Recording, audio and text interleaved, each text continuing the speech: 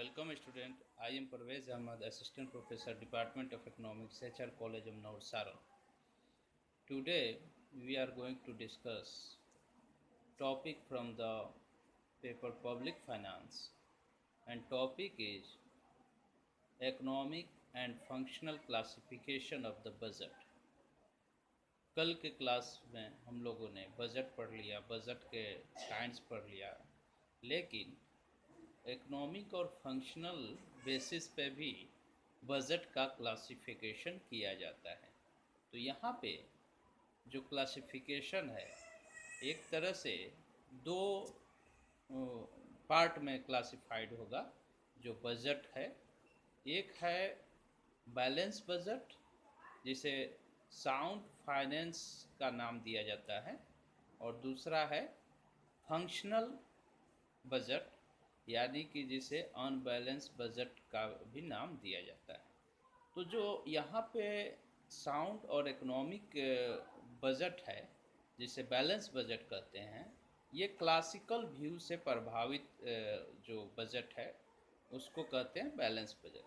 Classical economist जो हैं उनका ये मानना था कि जो सेज लॉ ऑफ डिमांड है, supply creates its own demand, यानी जो भी आपूर्ति होती है उसका मांग अपने आप होने लगता है, क्योंकि जितना किसी वस्तु और सेवाओं का प्रोडक्शन होता है उसका डिमांड के लिए उतना इनकम पब्लिक में जनरेट हो जाता है। यानी कि जो मार्केट फोर्सेस है, लॉ ऑफ डिमांड और लॉ ऑफ सप्लाई, सप्लाई और डिमांड, ये जो मार्केट फोर्स है किसी भी इकोनॉमी को इक्विलिब्रियम पोजीशन पे लेकर चली जाती है और प्राइस डिटरमाइन हो जाता है मार्केट में। तो इसमें गवर्नमेंट को ज़्यादा इंटरफेयर करने की ज़रूरत नहीं है। तो classical economist believe that there should be minimum interference of the government in the economy. They also believes that government should play only protective role in the economy, यानी कि प्रोटेक्शन के रूप में कार्य करना चाहिए, सिक्योरिटी के रूप में काम करना चाहिए गवर्नमेंट को, सोशल सिक्योरिटी जो दे, ये नहीं कि उसको इकोनॉमी में पूरा रोल प्ले गवर्नमेंट करे। यानी कि गवर्नमेंट को कम से कम अपना इकोनॉमिक जो पॉलिसीज़ है के थ्रू इंटरफेयर करना चाहिए। ज़्यादातर लेजस फेयर इकोनॉमी यानी free market enterprise, free market economy को प्रमोट करना चाहिए। यानी जो फिस्कल पॉलिसीज़ हैं, जो फाइनेंशियल पॉलिसीज़ है, वो मिनिमम होना चाहिए गवर्नमेंट का, यानी बजट के थ्रू गवर्नमेंट कम से कम इंटरफेयर करे, कम से कम एक्सपेंडिचर करे, कम से कम रेवेन्यू जनरेट करे, यानी कम टैक्स और नॉन टैक्स रेवेन्यू जनरेट करे, और जो एक्सपेंडिचर है वो भी मिनिमम हो। यानी कि गवर्नमेंट का role just defence, public administration, judiciaries और एक तरह से प्रोटेक्शंस का हो। तो इससे क्या होगा, गवर्नमेंट को बोरोइंग नहीं लेना पड़ेगा, और उससे इकोनॉमी में बहुत बड़ा रोल प्राइवेट सेक्टर का आ जाएगा, क्योंकि वो law of demand and supply के जो मार्केट फोर्सेस है वो डिटरमाइन करेगा फुल एम्प्लॉयमेंट इकोनॉमी में। क्योंकि क्लासिस्ट का ये है कि सप्लाई जो है डिमांड क्रिएट्स करेगा, इसलिए जो अनएम्प्लॉयमेंट की समस्या है, अस्वैच्छिक अनएम्प्लॉयमेंट, बेरोजगारी, वो नहीं होगा, क्योंकि जो सप्लाई है उसका डिमांड, इन सप्लाई के साथ साथ प्रोडक्शन जैसे होता है, इनकम भी जनरेट होता है। फैक्टर ऑफ प्रोडक्शंस को इनकम रिवार्ड के रूप में मिलता है, उस इनकम को फिर एक्सपेंडिचर करते हैं, यानी स्पेंड करते हैं, कंज्यूम करते हैं कोई वस्तु या सेवाओं का। इसीलिए उनका मानना है कि सप्लाई डिमांड अपने आप क्रिएट्स कर लेता है, इसीलिए there will be no involuntary unemployment in the economy. तो इसीलिए इनका मानना है कि गवर्नमेंट जो बजट बनाए बैलेंस बजट हो, यानी मिनिमम जो एक्सपेंडिचर और जो रेवेन्यू है वो दोनों बैलेंस हो, मिनिमम हो, कम से कम गवर्नमेंट इंटरफेयर करे। क्योंकि गवर्नमेंट अगर अपना रोल बढ़ाएगी तो कहीं ना कहीं प्राइवेट कैपिटल का या प्राइवेट एसेट जनरेशन रुक जाएगा, यानी नेशनल प्रोडक्शन कम होगा, और उससे क्या होगा, कंजम्पशन भी कम होगा और इकोनॉमी पे उसका निगेटिव इम्पैक्ट पड़ सकता है। डिप्रेशन हो सकता है, इन्फ्लेशनरी प्रेशर हो सकता है, अनएम्प्लॉयमेंट क्रिएट हो सकता है, और जो इकोनॉमी है अपने फुल पोटेंशियलिटी पे ग्रो नहीं करेगी, क्योंकि मार्जिनल प्रोडक्टिविटी जो गवर्नमेंट सेक्टर का है, पब्लिक सेक्टर का है, वो मिनिमम होता है या जीरो भी कभी कभी होने लगता है। तो ओपन मार्केट नहीं, लेजेस फेयर इकोनॉमी से जो एक तरह से प्राइवेट कैपिटलिस्ट इकोनॉमी को प्रमोट करता है, उसमें प्राइवेट सेक्टर को प्रमोट करने के लिए गवर्नमेंट को वैसा बैलेंस बजट बनाना चाहिए। एक बार हम लोग डिस्कस करते हैं बैलेंस बजट में क्या क्या चीज़ें होंगी। पहला है कि क्लासिकल ये मानते हैं when full employment is supposed to reach automatically productivity of government services in the economic field is nil, यानी कि जो फुल एम्प्लॉयमेंट की स्थिति माना जाता है वहाँ पे गवर्नमेंट का जो प्रोडक्टिविटी है गवर्नमेंट सर्विसेज का, गवर्नमेंट सेक्टर्स का, वो नील या जीरो के बराबर हो जाता है। Since government services are rendered at the cost of national product, it amounts to a cut in the aggregate national product, यानी कि जैसे गवर्नमेंट जो है अपना रोल ज़्यादा प्ले करेगी, सर्विस देगी, तो उससे क्या है कि नेशनल प्रोडक्ट का कॉस्ट जो है उसमें जो कॉस्ट है बढ़ जाता है, और साथ में जो नेशनल प्रोडक्ट कम होने का कारण ये है कि उसकी प्रोडक्टिविटी कम होती है जो गवर्नमेंट सर्विसेज है उसका, और ये एक तरह से एग्रीगेट नेशनल प्रोडक्ट पे भी निगेटिव इम्पैक्ट करता है। When government productivity is zero in a free enterprise economy, it is desirable that government confines itself only to its primary function of protection and security of life and property and does not interfere with the free working of the economic system. यहाँ पे कहा जा रहा है कि government productivity zero या नील या negative जो होती है, इसके वजह से फ्री इंटरप्राइज इकोनॉमी में गवर्नमेंट का रोल मिनिमम होना चाहिए, क्योंकि गवर्नमेंट का रोल मिनिमम कहाँ तक होना चाहिए, प्रोटेक्शन किसका, ये होता है कि प्राइमरी फंक्शन ऑफ प्रोटेक्शन यानी सुरक्षा पहली जिम्मेवारी होनी चाहिए प्राथमिक, सिक्योरिटी ऑफ लाइफ पब्लिक का ज़िंदगी को सेफ करना, यानी पुलिस, जुडिशियरी, आर्मी या एयरफोर्स, नेवीज, ये सब सिस्टम को डेवलप करना होगा। प्रॉपर्टी को सेफ करने के लिए, सिस्टम सेक्योर करने के लिए गवर्नमेंट का रोल होना चाहिए, और free working of the economic system में इंटरफेयर गवर्नमेंट को नहीं करना चाहिए। क्लासिकल इकोनॉमिस्ट ये भी मानते हैं the smallest budget was considered to be best in the classical era. Classicist condemn all budget deficit which necessitate borrowing by the government। जो क्लासिकल इकोनॉमिस्ट हैं उनका ये मानना है कि गवर्नमेंट को कम से कम छोटा बजट बनाना चाहिए, इसलिए क्योंकि अगर बजट ज़्यादा बनाया जाएगा तो गवर्नमेंट को मार्केट बोरोविंग करना पड़ेगा, जिससे एक तरह से पब्लिक जो बोरोविंग है बढ़ने से बोझ बढ़ता है देश पे, इन्फ्लेशनरी प्रेशर बढ़ता है, और एग्रीगेट आउटपुट कम होता है प्राइवेट सेक्टर का, जिससे नेशनल एग्रीगेट इनकम भी कम होगा, और उसके साथ साथ अनएम्प्लॉयमेंट भी बढ़ सकता है। क्लासिस्ट मानते हैं, ये जरूरी नहीं है कि सही भी हो, क्योंकि ग्रेट डिप्रेशन के बाद प्रोफेसर किन्स ने कहा कि एग्रीगेट डिमांड जरूरी नहीं है कि free market economy, free enterprises में मार्केट फोर्सेज हमेशा फुल एम्प्लॉयमेंट क्रिएट कर पाए, किन्स साहब ने कहा है। तो उसके बाद गवर्नमेंट का रोल बदलने लगा। तो यहाँ हम लोग डिस्कस कर लेते हैं पहले कि साउंड फाइनेंस या बैलेंस बजट में क्लासिकल इकोनॉमिस्ट क्या मानते हैं, कैसे बैलेंस बजट रोल प्ले करेगा। तो यहाँ पे नेशनल प्रोडक्ट कम होने का डाउट होता है, अनएम्प्लॉयमेंट बढ़ने का समस्या एक तरह से दिखता है अगर गवर्नमेंट ज़्यादा इंटरफेयर करे, और पब्लिक बोरोविंग बढ़ने से देश पे बोझ बढ़ता है, और साथ में महंगाई भी बढ़ने की संभावना होती है। तो यहाँ पे सारे निगेटिव्स असर पड़ते हैं। अब हम बात करेंगे कि बैलेंस बजट एक्चुअल में क्यों ज़रूरी है।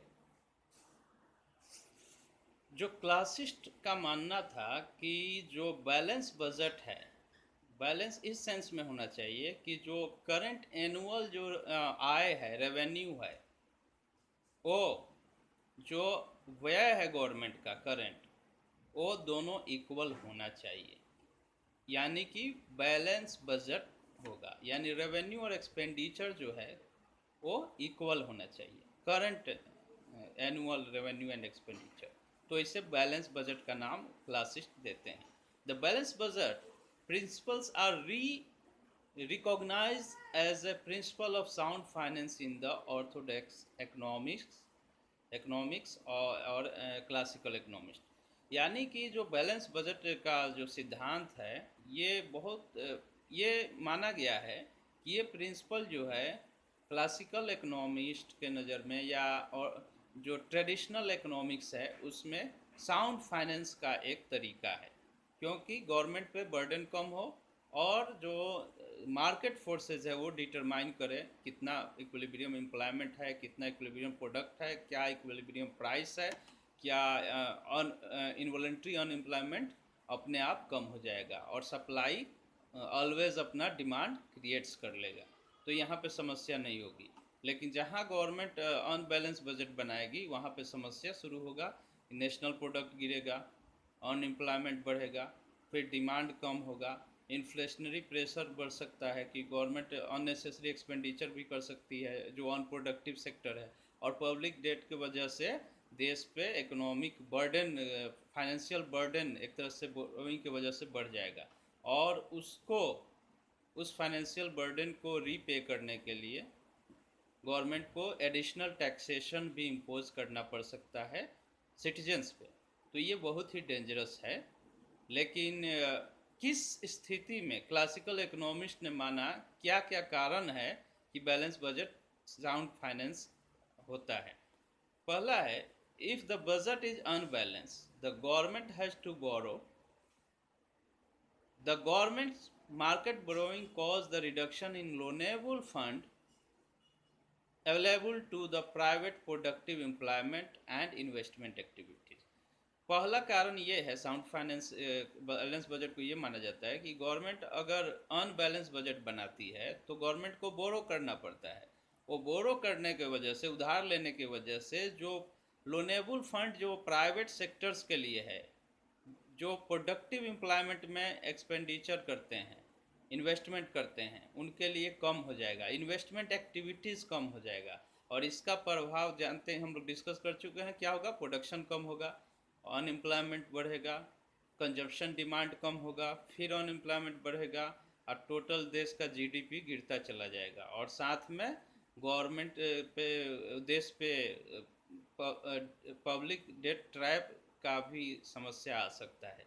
तो ये बचना चाहिए अनबैलेंस बजट से गवर्नमेंट को, क्लासिस्ट इसीलिए मानते हैं। दूसरा है, unbalance budget imply a wide extension of state functions beyond the capacity of the government. यानी कि जैसे जैसे गवर्नमेंट अनबैलेंस बजट बनाती है, डेफिसिट फाइनेंस करती है, तो गवर्नमेंट का जो रिस्पॉन्सिबिलिटी है, फंक्शंस है, वो बहुत ज़्यादा बढ़ जाता है, उसके क्षमता से बहुत अधिक बढ़ जाता है। इसका असर क्या होता है, विच में इनवाइट इरेस्पॉन्सिबल गवर्नमेंट एक्शन, जिसके वजह से गवर्नमेंट अनुत्तरदायी कार्य करने लगेगी जो देश के लिए डेंजर होगा। तीसरा है, अनबैलेंस बजट में generate inflation on account of large and unproductive public expenditure. Unbalance budget से ये भी प्रॉब्लम होता है कि ये इन्फ्लेशन क्रिएट करता है, महंगाई बहुत अधिक बढ़ने लगता है, मुद्रास्फीति की स्थिति आती है। किस वजह से, क्योंकि अनप्रोडक्टिव एक्सपेंडिचर, अनुत्पादक खर्च जो गवर्नमेंट का बढ़ेगा, उससे जो ये होगा, एक तरह से महंगाई बढ़ता है, और कर्ज तो बढ़ेगा ही देश पे और महंगाई भी बढ़ेगा। इस तरह जनता को, पब्लिक को, सोसाइटी को निगेटिव इम्पैक्ट पड़ेगा, महंगाई झेलना होगा। चौथा है, a balance budget is a limited budget design in a rational way. जो बैलेंस बजट होता है यानी मिनिमम गवर्नमेंट का एक्सपेंडिचर और रेवेन्यू पॉलिसी जो होती है उसके वजह से रेशनल तरीके से मतलब सही ढंग से बजट बनता है और उस बजट को लागू करके अपना जो गोल है उसको आसानी से अचीव किया जा सकता है, वो इकोनॉमिक हो, सोशल हो, कल्चरल हो या देश के डिफेंस से संबंधित हो। तो बैलेंस बजट इसमें अच्छा रोल प्ले करता है। पांचवा है economic stability is secured by the adoption of balance budget policy. कभी भी हमें इकोनॉमिक स्टेबिलिटी हर देश का इकोनॉमिक पॉलिसी में एक ऑब्जेक्टिव होता है, गोल होता है, उसको प्राप्त करने के लिए बैलेंस बजट पॉलिसी सबसे महत्वपूर्ण माना गया है। 6 नंबर है a series of unbalance budget imply an increase in the burden of public debt. लगातार अगर अनबैलेंस बजट गवर्नमेंट बना रही है तो उसका इम्पैक्ट ये होगा कि एक पब्लिक पे ऋण, सरकार पे ऋण का बोझ बढ़ता चला जाएगा। उससे एक तरह से हम लोग vicious circle of public date या पब्लिक बोरोइंग में फंसते चले जाएंगे और उससे निकलना मुश्किल होगा, जिससे हमारे देश में आर्थिक और एक तरह से फॉरेन विदेशों में भी प्रभाव कम होगा, कमज़ोर माने जाएंगे। तो ये सब 6 कारण थे जिसके वजह से बैलेंस बजट को क्लासिकल इकोनॉमिस्ट साउंड फाइनेंस के रूप में मानते थे। इसके अलावा बहुत से कारण है कि अनबैलेंस जो बजट बनेगा सेविंग को रिड्यूस करेगा, इन्वेस्टमेंट को रिड्यूस करेगा, फिर कंजप्शन कम होगा और धीरे धीरे इकोनॉमिक ग्रोथ रेट कम होने लगेगा। ये भी एक कारण है। लेकिन इन बैलेंस बजट में प्रॉब्लम ये है कि हमारा जब एक्सपेंडिचर रिवेन्यू जो फाइनेंशियल ईयर का है अगर सेम रहा तो कभी कभी ये भी होता है प्राइवेट सेक्टर्स जो है लेजर फेयर इकोनॉमी में अगर प्रॉफिट की संभावना कम हो तो उससे सोशल वेलफेयर का मतलब वेलफेयर के लिए पब्लिक गुड्स प्रोवाइड नहीं करेंगे, जिसका निगेटिव इम्पैक्ट होगा, इनकम इनइक्वलिटीज़ बढ़ेगा, अनएम्प्लॉयमेंट और डिप्रेशन के समय अनएम्प्लॉयमेंट बहुत अधिक बढ़ेगा और वो डिप्रेशन के समय इन्वेस्टमेंट कम करेंगे जिससे क्या है अनएम्प्लॉयमेंट बढ़ेगा, इनकम इनइक्वलिटी बढ़ेगी, पॉवर्टी बढ़ सकता है, देश का जीडीपी गिरेगा। क्योंकि प्रोफेसर किन्स ने ये कहा कि गवर्नमेंट का इंटरफेरेंस इकोनॉमी में होना बहुत ज़रूरी है, क्योंकि जब ग्रेट डिप्रेशन आया 1930s में तो ये अमेरिका, इंग्लैंड, यूरोपियन कंट्रीज़ में है अनएम्प्लॉयमेंट 25% के आसपास हो गया, जीडीपी बहुत गिर गया, उसके अलावा परचेसिंग पावर लोगों का कम हो गया था और साथ में पूरा विश्व आर्थिक महामंदी से जूझा और वहाँ पे लेजर फेयर इकोनॉमी था। गवर्नमेंट का यूरोपियन कंट्रीज में बहुत मिनिमम रोल था। तो उस एग्रीगेट, क्योंकि सप्लाई जो है एग्रीगेट डिमांड क्रिएट करे ये ज़रूरी नहीं है, क्योंकि हो सकता है सेविंग के अधिक होने से कंजम्पशन कम हो जाएगा, कंजम्पशन कम होगा तो डिमांड कम होगा, डिमांड कम होगा तो इन्वेस्टमेंट कम होगा, इन्वेस्टमेंट कम होगा तो उसके बाद प्रोडक्शन कम होगा, यानी कि एम्प्लॉयमेंट कम होगा, अनएम्प्लॉयमेंट बढ़ेगा और इकोनॉमी जो है डिप्रेशन में फंस जाता है। तो प्रोफेसर किन्स साहब ने कहा कि नहीं, गवर्नमेंट का रोल एग्रीगेट डिमांड को बढ़ाने में बहुत इम्पोर्टेंट है, इसीलिए गवर्नमेंट का बजट जो होता है बैलेंस बजट ना होकर फंक्शनल बजट होना चाहिए। तो फंक्शनल बजट के बारे में हम लोग नेक्स्ट क्लास में डिस्कस करेंगे। और फंक्शनल बजट जो होता है एक तरह से ज़रूरत के हिसाब से बजट बनता है और डेफिसिट फाइनेंस भी हो सकता है, अनबैलेंस बजट भी हो सकता है और बैलेंस बजट भी हो सकता है। तो वो फंक्शनल बजट इसलिए क्योंकि हमारे देश के इकोनॉमी में जो फंक्शंस है, जो इम्पोर्टेंस है, गोल्स है, उसको अचीव करने के लिए हमें फंक्शनल बजट को अपनाना होता है। तो आजकल मॉडर्न इकोनॉमिस्ट मानते हैं फंक्शनल बजट का रोल बहुत इम्पोर्टेंट है। सब चीज़ मार्केट मैकेनिज्म पे, इनविजिबल हैंड्स पे छोड़ना पॉसिबल नहीं है। तो कल के क्लास में हम लोग पढ़ेंगे फंक्शनल बजट। Thank you.